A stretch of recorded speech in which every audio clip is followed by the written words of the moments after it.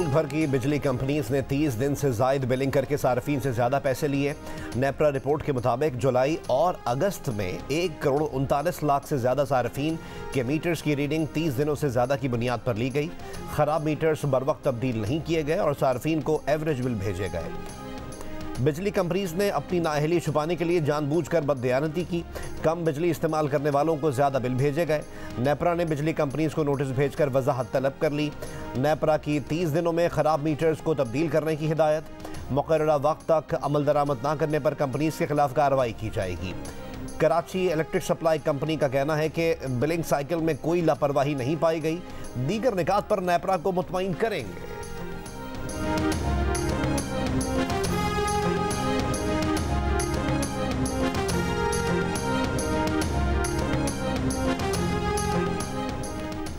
Hamas के खिलाफ कार्रवाई के नाम पर इसराइल ने ज़मीनी जंग का दायरा जनूबी गजा तक बढ़ा दिया। दर्जनों टैंक और बख्तरबंद गाड़ियां और बुलडोज़र खान यूनुस पहुंचा दिए। इस वक्त खान यूनुस में बेघर फ़लस्तीनी बड़ी तादाद में मौजूद हैं। फ़लस्तीनियों को इलाका छोड़ने के अहकामात। आलमी इदारे सेहत को भी 24 घंटों में जनूबी गजा में गोदाम छोड़ने का हुक्म। इससे पहले इसराइल ने शिमाली गजा में ज़मीनी हमले करके फ़ौज तैनात की थी। वाइट हाउस नेशनल सिक्योरिटी मुशीर ने कहा कि उम्मीद है कि इसराइल ने गजा में रिहायशी नो स्ट्राइक जोन्स की शनाख्त कर ली होगी। उम्मीद है कि इसराइल उन्हें निशाना नहीं बनाएगा। इसराइल ने मेन फाइबर रूट्स काट दिए। गजा में लैंडलाइन, मोबाइल और इंटरनेट सर्विस एक बार फिर मुअत्तल हो गई।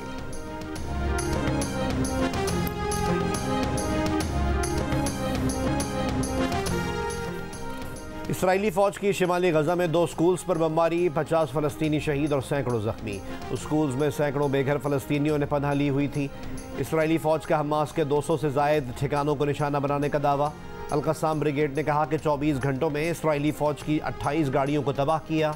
झड़पों में इसराइली फ़ौज का जानी नुकसान भी हुआ। इसराइली शहरों में रॉकेटों से हमला किया गया। इसराइली फ़ौज ने अपने मज़ीद 3 फ़ौजियों के मारे जाने की तस्दीक कर दी। हालांकि इसराइली फ़ौजियों की तादाद 77 हो गई। इसराइली वज़ीर दिफा ने कहा कि बहुत जल्द हमास को बिखेर देंगे।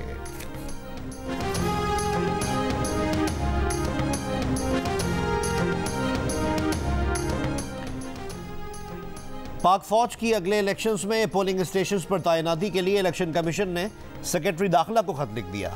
ख़त में secretary election commissioner Umar Hamid ने लिखा कि इलेक्शंस के इनेकाद के लिए अहलकारों की कमी का सामना है, इसलिए फ़ौज और सिविल आर्म्ड फोर्सेस स्टैटिक और बतौर क्विक रिस्पांस फोर्स तैनात की जाए।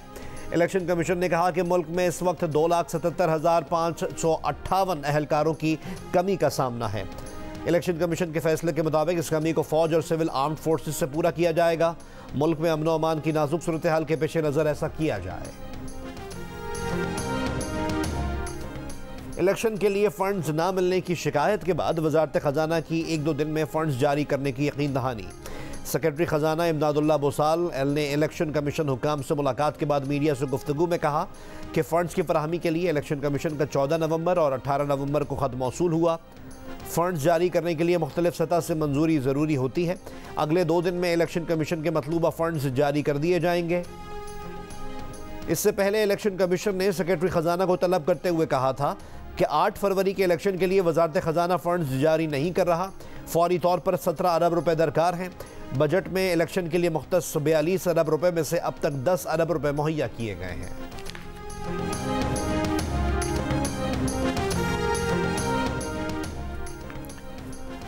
चेयरमैन नैब का शहरियों को हाउसिंग स्कीम्स के फ्रॉड से बचाने के लिए नई पॉलिसी लाने का ऐलान।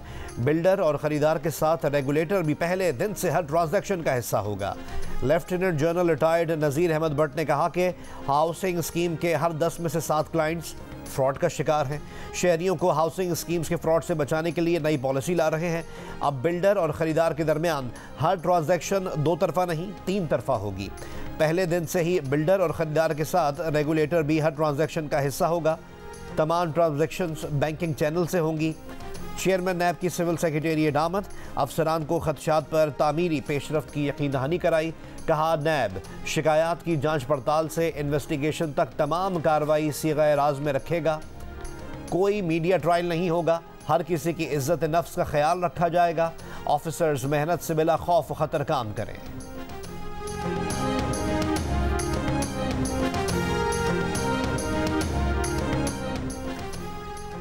बरतानिया आने वालों की तादाद कम करने के लिए कंजर्वेटिव हुकूमत का क्रैकडाउन। हुनरमंद वर्कर्स के बरतानिया आने के लिए कम अज़ कम तनख्वाह की शर्त 26,200 से बढ़ाकर 38,700 पाउंड कर दी गई। हेल्थ और सोशल वर्कर्स के वीज़ा पर आने वाले ज़्यादा तनख्वाह की हद से मुस्तस्ना। वज़ीर दाखिला जेम्स क्लेवर्ली ने पार्लियामेंट में नए इक़दाम का ऐलान कर दिया। बैरून मुल्क से आने वाले हुनरमंदों को वालिदैन और बच्चे लाने की इजाज़त भी नहीं होगी। गैर मुल्की तलबा करीबी अजीज़ों को भी बरतानिया नहीं ला सकेंगे।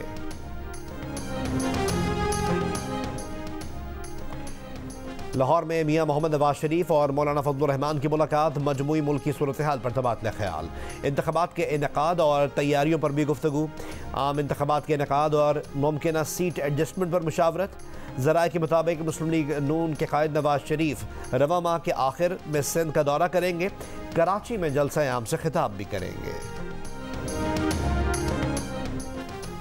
तहरीक इंसाफ के चेयरमैन बैरिस्टर गौहर खान ने कहा है कि जल्द ही इलेक्शन शेड्यूल का ऐलान होने वाला है। पीटीआई इंट्रा पार्टी इंतखाबात से मुतालिक दस्तावेज़ात इलेक्शन कमीशन में जमा करा दी हैं। तहरीक इंसाफ कोर कमेटी का कौमी इंतखाबात के लिए फ़ंड्स के अदम इजरा पर इज़हार तशवीश। निगरां हुकूमत से आम इंतखाबात के इनेकाद के लिए फौरी फंड्स जारी करने का मुतालबा। कराची के मुख्तलिफ इलाकों में डकैती मुज़ाहमत पर फायरिंग से 2 अफराद जाम हक और 1 ज़ख्मी हो गया। मैट्रिक बोर्ड ऑफिस के करीब ऑनलाइन कंपनी राइडर अरसलान जाम हक। औरंगी टाउन अलीगढ़ बाजार में फायरिंग से शहरी सलीम जाम हक। कोरंगी नंबर 5 पुल के करीब फायरिंग से दुकानदार जख्मी हो गया। कोरंगी जमान टाउन थाने की हदूद में मुबैना मुकाबले में एक मुलजिम मारा गया।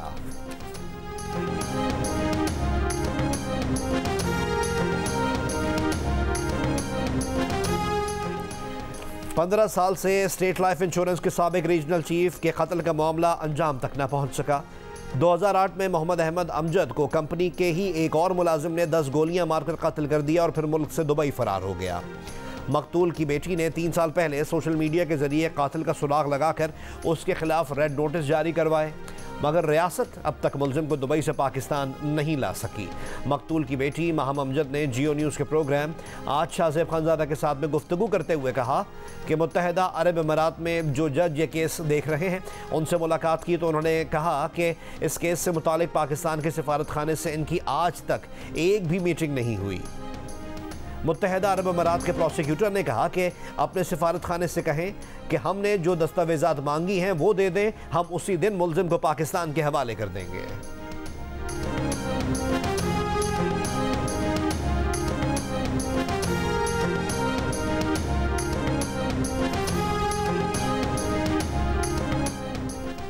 कराची से निजी एयरलाइन की लाहौर की परवाज़ 10 घंटे ताख़ीर के बाद मनसूख कर दी गई। मुसाफिरों का एहतजाज। मुसाफिरों में कई सरकारी अफसरान भी शामिल थे।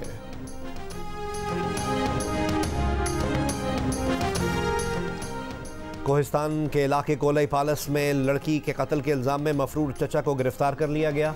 मुलजिम 4 रोज़ा जिस्मानी रिमांड पर पुलिस के हवाले। तस्वीर वायरल होने पर लड़की के कत्ल की खबर 27 नवंबर को सामने आई थी। अमरीकी जेल में कैद आफिया सिद्दीकी से मुलाकात करने वाली उनकी बहन डॉक्टर फौजिया सिद्दीकी ने कहा कि आफिया की तबीयत ठीक नहीं लग रही थी, वो बहुत ज़्यादा दबाव में थी। मेरे मुतालबे पर आफिया को हलाल खाना फराम किया जा रहा है। आफिया से मुलाकात के लिए 4 घंटे का वक्त दिया गया था। आफिया ने बताया कि मुलाकात से 2 दिन पहले सलूक बेहतर किया जाता है।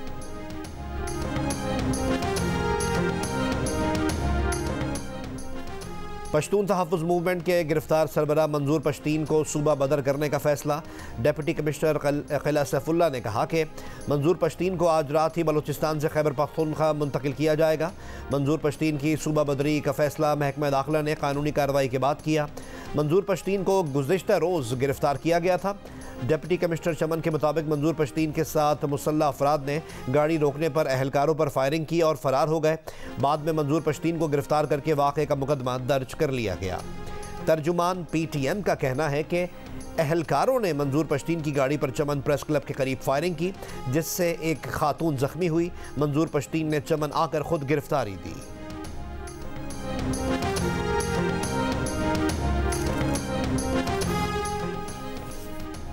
इस्लामाबाद हाई कोर्ट का निजी टीवी चैनल को सीनियर सहाफ़ी आसमा शिराजी से माफ़ी मांगने और हर्जाना अदा करने का हुक्म। जस्टिस मोहसिन अख्तर कियानी ने फैसले में लिखा कि सीनियर सहाफ़ी आसमा शिराजी से मुताल्लिक़ गलत खबर नशर करने पर निजी टीवी चैनल मुआफ़ीनामा दुरुस्त अंदाज में नशर करे, 50,000 रुपये जुर्माना अदा करे। आसमा शिराजी चाहें तो निजी टीवी चैनल पर हतक इज़्ज़त का दावा दायर कर सकती हैं। निजी टीवी चैनल ने आसमा शिराजी के खिलाफ 2 रोज़ तक गलत खबर इनकी तस्वीर के साथ नशर की थी। निजी टीवी चैनल ने इमरान मीर और शफकत इमरान की FIA की जानिब से गिरफ्तारी पर अस्कुद नोटिस केस में सुप्रीम कोर्ट के रिमार्क्स को तोड़ मरोड़ कर आसमा शिराजी से जोड़कर बार बार चलाया था।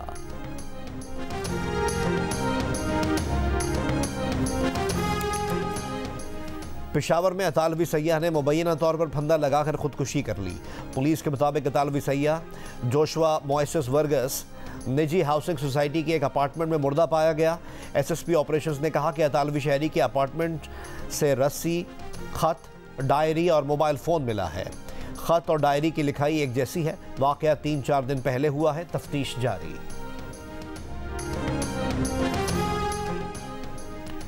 बलूचिस्तान हुकूमत की जानिब से कोयटा की मेट्रोपॉलिटन कॉरपोरेशन को 45 करोड़ रुपए के फंड्स की अदायगी ना हो सकी। कॉरपोरेशन को फ्यूल की फराहमी ना होने से फायर ब्रिगेड और सफाई की सर्विसेज तीसरे रोज़ भी बहाल ना हो सकी। 3 रोज़ के दौरान शहर में सफाई का निज़ाम दरहम बरहम, कचरे के अंबार लग गए।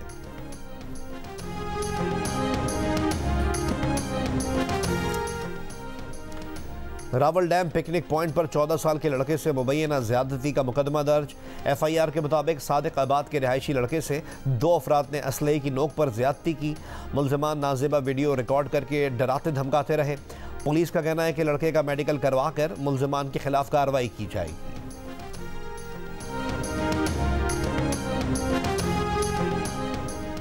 तुरबत में मुबैना CTD मुकाबले में हलाक नौजवान के लवाहिकीन का धरना जारी। मुबैना मुकाबले की अदालती तहकीकात और जिम्मेदारों के खिलाफ कार्रवाई का मुतालबा। इसे सरियाब रोड के अलावा और रोड पे भी चलाने चाहिए। इससे डबल रोड हो गई, ये पश्तूनाबाद की साइड, इधर भी चलानी चाहिए। दूसरी बसेस भी लाएँ, सिर्फ 8 बसेस चल रही हैं बस। 8 कम में बहुत, कोयटा सिटी के लिए बहुत बड़ी है।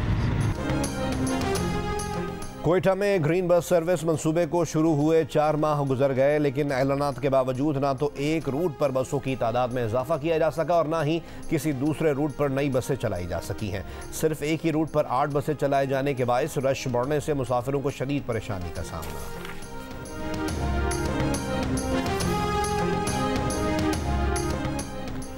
मुल्क के तमाम सूबों में दारुल अमान का माहौल तसल्ली बख्श नहीं।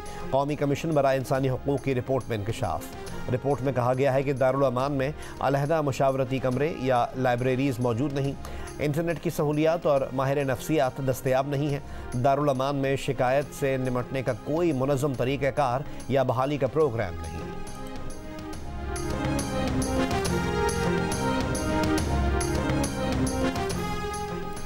गजा पट्टी पर वहशियाना हमलों में शामिल इसराइली फ़ौजी एहलकार ख़तरनाक बैक्टीरिया का शिकार। इसराइली फ़ौजी पेट के अमराज समेत तेज़ बुखार और पेचिश में मुब्तला। दर्जनों फ़ौजी इसराइली अस्पतालों में मुंतकिल। तिब्बी माहिरीन के मुताबिक गैर मेयारी खानों के बाइस फ़ौजी मुहलिक बैक्टीरिया का शिकार हुए हैं।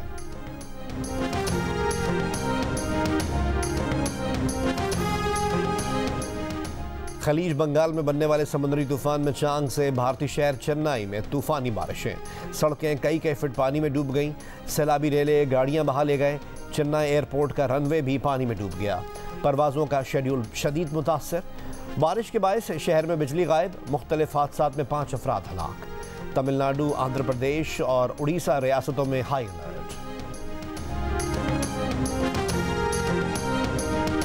अमेरिका के साबिक सिफारतकार मैनुअल रोचा पर क्यूबा के लिए जासूसी का इल्ज़ाम आयद। मैनुअल रोचा बोलिविया में अमेरिका के सफ़ीर रह चुके हैं। जुमे को फ्लोरिडा से गिरफ्तार किया गया था। 73 बरस के रोचा पर इल्ज़ाम है कि उन्होंने कई अशरों तक क्यूबा को इंटेलिजेंस जमा करने में मदद दी। 25 बरस तक सिफारतकारी के दौरान मैनुअल रोचा ने ज़्यादातर वक्त लातीनी अमेरिका के ममालिक में गुजारा था।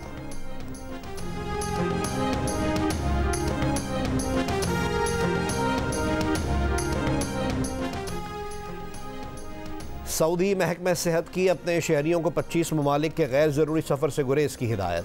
कहा पाकिस्तान और भारत का सफ़र इंतहाई ज़रूरत के तहत ही किया जाए। दीगर ममालिक में बांग्लादेश, अफ़गानिस्तान, इराक़, शाम, नेपाल और नाइजीरिया शामिल। इन ममालिक में मुताद्दी अमराज और तिब्बी सहूलियात के मयार के पेश नज़र हिदायत जारी की गई हैं। बीमारियों में डेंगी, हैज़ा, पोलियो, येलो फीवर, खसरा, मंकी पॉक्स, मलेरिया, कोविड-19 और तपेदिक भी शामिल। 1971 की पाक भारत जंग के शहीद मेजर मोहम्मद अकरम का 52वां यौम शहादत। जंग के हीरो को अफवाज Pakistan, chairman joint chiefs of staff committee और सर्विसेज चीफ्स का खिराज अकीदत। ISPR के मुताबिक मेजर मोहम्मद अकरम शहीद ने 1971 की जंग में दुश्मन के हमलों को पसपा किया। मेजर मोहम्मद अकरम शहीद की शानदार मुजाहिमत ने भारतीय फौज को कब्जा नहीं करने दिया।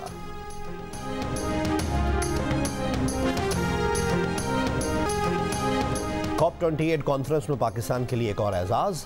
बलूचिस्तान की डॉक्टर आलिया हैदर ने फ्रंटलाइन क्लाइमेट हेल्थ अवार्ड जीत लिया। डॉक्टर आलिया ने 2022 में सिंध, बलूचिस्तान और पंजाब के सैलाबज़दा इलाकों में फ्री मेडिकल कैंप्स लगाए। सैलाब मुतासरीन को मुफ्त तिब्बी सहूलियात फराहम की। अवार्ड उनकी खिदमात के एतराफ़ में दिया गया।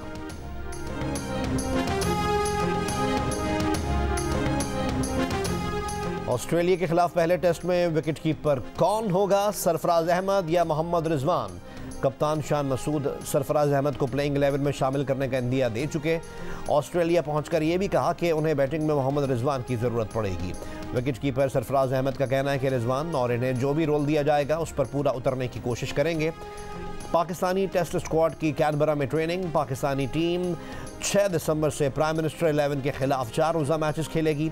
3 मैचेस की सीरीज़ का पहला टेस्ट 14 दिसंबर से पर्थ में शुरू होगा।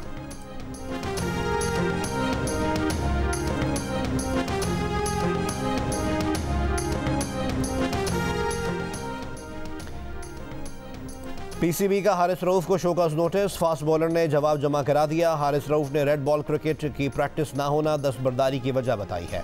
हारिस रऊफ ने ऑस्ट्रेलिया से टेस्ट सीरीज के लिए अदम दस्तयाबी जाहिर की थी।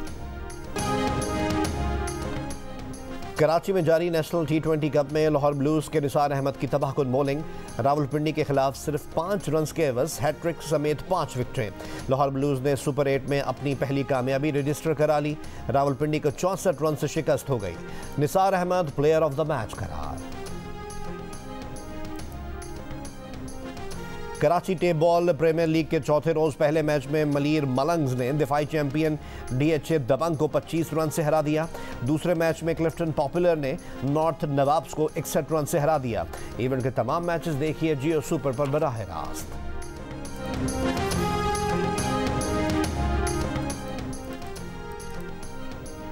और दिल का रिश्ता ऐप ने पाकिस्तान और भारत में अलग अलग धड़कने वाले दिलों को यकजा कर दिया। रब ने कराची के आदिल और भारत की आमना की जोड़ी बना दी। दिल का रिश्ता ऐप पर दोनों के दिल जुड़ गए। घर वालों की रजामंदी से रिश्ता तय पाया। आदिल और आमना का कहना है कि वो शादी के बाद दुबई शिफ्ट हो जाएंगे।